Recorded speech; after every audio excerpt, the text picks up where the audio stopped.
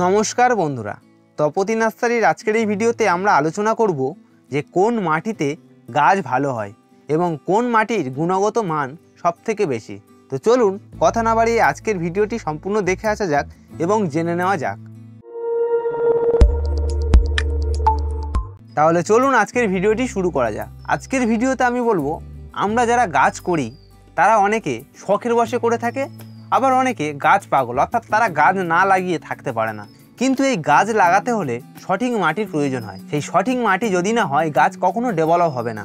তো এই সঠিক মাটি আমরা কিভাবে চিনব? তো চলুন আজকের ভিডিওতে এই মাটি সম্বন্ধে কয়েকটা বিষয় আমরা জেনে নিই। সাধারণভাবে আমি আজকের এখানে 3 ধরনের মাটি ভিডিওর মধ্যে উপস্থাপন করেছি। এই 3 ধরনের মাটির মধ্যে রয়েছে এঁটেল মাটি, লাল মাটি ও বেলে মাটি। তো প্রথমে আমরা যে মাটিটা বলবো সেটা হলো এঁটেল মাটি। এঁটেল মাটি প্রায় বেশিরভাগ অঞ্চলে দেখা যায়, তবে এই এঁটেল মাটি কিন্তু গাছের জন্য উপযুক্ত নয়। আপনারা ফলের গাছে কিংবা সবজির গাছে যে কোনো গাছে ব্যবহার করুন, তার রেজাল্ট খুব একটা ভালো পাওয়া যায় না। কারণ এই এঁটেল মাটি এমন একটা মাটি যা গাছের গোড়ায় জমাট বেঁধে গাছের খাবার নিতে অসুবিধা করে দেয়। শুধু তাই নয়, গাছের শিকড় কিন্তু ঠিক মতো ছাড়তে পারে না।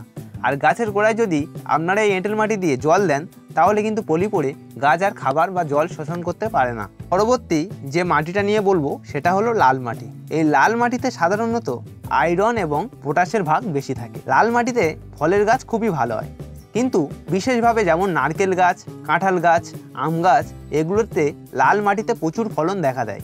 শুধু তাই নয়, লাল মাটিতে উর্বরতা ভাব থাকে এবং জল শোষণ ক্ষমতা ও গাছের প্রয়োজন মতো জল দেওয়া এটা কিন্তু সরবরাহ করে থাকে এই লাল মাটি। তবে এই লাল মাটি খুব কম অঞ্চলে দেখা যায়। এই লাল মাটি দিয়ে আপনারা হাফ ড্রামে ছাদে বিভিন্ন ধরনের সবজি কিংবা ফলের গাছ, ফুলের গাছ লাগাতে পারেন।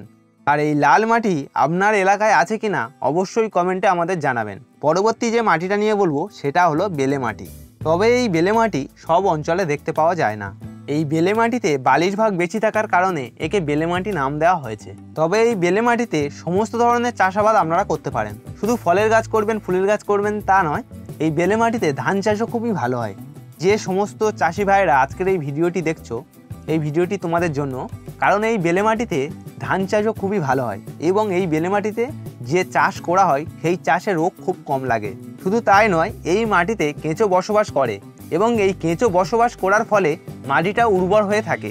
আর এই বেলে মাটিতে গাঁদা, চন্দ্রমল্লিকা, গোলাপের মতো ফুল প্রচণ্ড হারে ফোটে। মাটিটা ফুল চাষের জন্য উপযুক্ত মাটি। আর এই মাটিতে যদি আপনারা চাষাবাদ করেন কিংবা বাগান করেন তাহলে আপনাদের সার এবং ওষুধের খরচ অনেকটাই বাঁচবে।